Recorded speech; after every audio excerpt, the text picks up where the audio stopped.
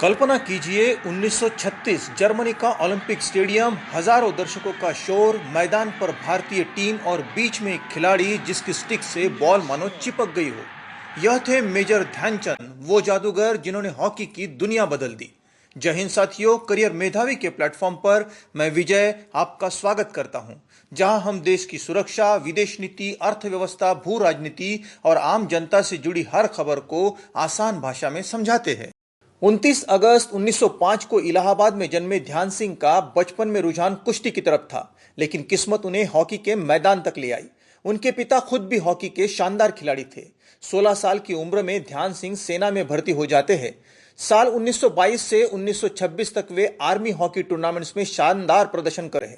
जल्द ही अपनी प्रतिभा से उन्होंने सबको चौंका दिया। ड्यूटी खत्म होने के बाद उनके पास केवल रात के समय प्रैक्टिस का वक्त बचता था, इसलिए चांदनी रात में हॉकी की प्रैक्टिस करते थे। दोस्त और टीम के खिलाड़ी उनके जुनून से इतने प्रभावित हुए कि सब उन्हें चांद कहने लगे और वे सबके ध्यानचंद बन गए। सबका ध्यान ऐसे आकर्षित किया कि दुनिया ने फिर किसी और खिलाड़ी को देखना गवारा भी नहीं समझा। ध्यानचंद के बारे में कहा जाता है कि गेंद उनकी स्टिक से ऐसी चिपकी रहती थी जैसे वह मैग्नेट हो। विदेशी खिलाड़ी, दर्शक उनकी स्टिक को जादुई मानते थे। नेदरलैंड में अधिकारियों ने उनकी स्टिक तोड़ दी ताकि देखे कहीं उसमें मैग्नेट तो नहीं। जापान में भी यही बात फैल गई कि मेजर की स्टिक में गोंद लगी रहती है, जिससे गेंद उनकी स्टिक को छोड़ती ही नहीं।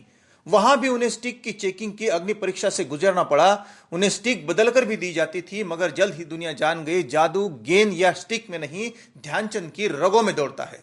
उन्हें हॉकी का जादूगर और द विजार्ड कहा जाने लगा। 1928 के एम्स्टर्डम ओलंपिक में हॉकी को पहली बार शामिल किया गया।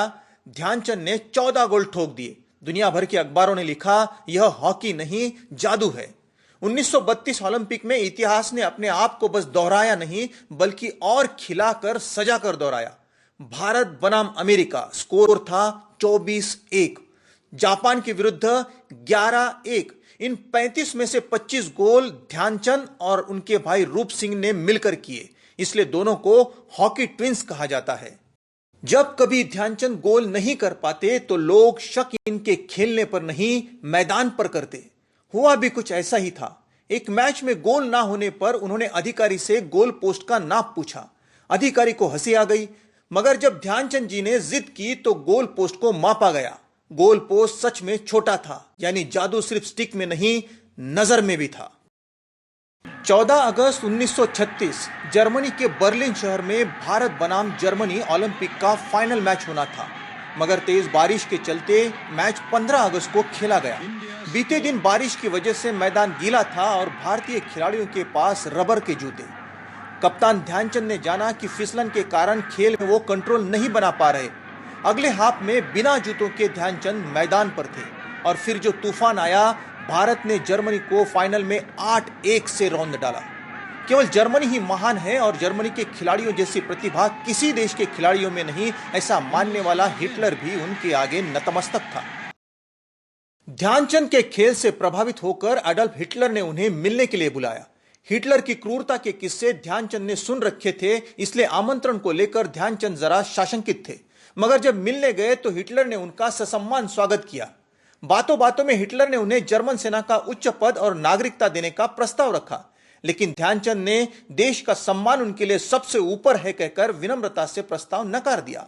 हिटलर ने जब उनसे कहा कि क्या है तुम्हारे देश में और दिया क्या है तुम्हारे देश ने तुम्हें, तब ध्यानचंद जी ने कहा, देश ने मुझे क्या दिया यह मायने नहीं रखता, मैंने देश को क्या दिया यह मेरे लिए महत्वपूर्ण है। ध्यानचंद कहते थे, खेलो मन लगाकर, नाम खुद ब खुद होगा। उनकी सीख और विनम्रता आज भी हर खिलाड़ी को आगे बढ़ने का जज्बा देती है। 1956 में भारत सरकार ने उन्हें पद्म भूषण से सम्मानित किया। 29 अगस्त उनकी जयंती को भारत राष्ट्रीय खेल दिवस के रूप में मनाता है। उन्हीं के नाम से मेजर ध्यानचंद खेल रत्न पुरस्कार भी दिया जाता है। हॉकी के इस महान जादूगर को हम उनकी जयंती के अवसर पर सैल्यूट करते हैं। आपको यह वीडियो कैसा लगा कमेंट बॉक्स में जरूर बताइए। साथ ही चैनल को सब्सक्राइब जरूर कीजिए, वीडियो को लाइक और शेयर भी कीजिए। मिलते हैं अगले वीडियो में। जय हिंद।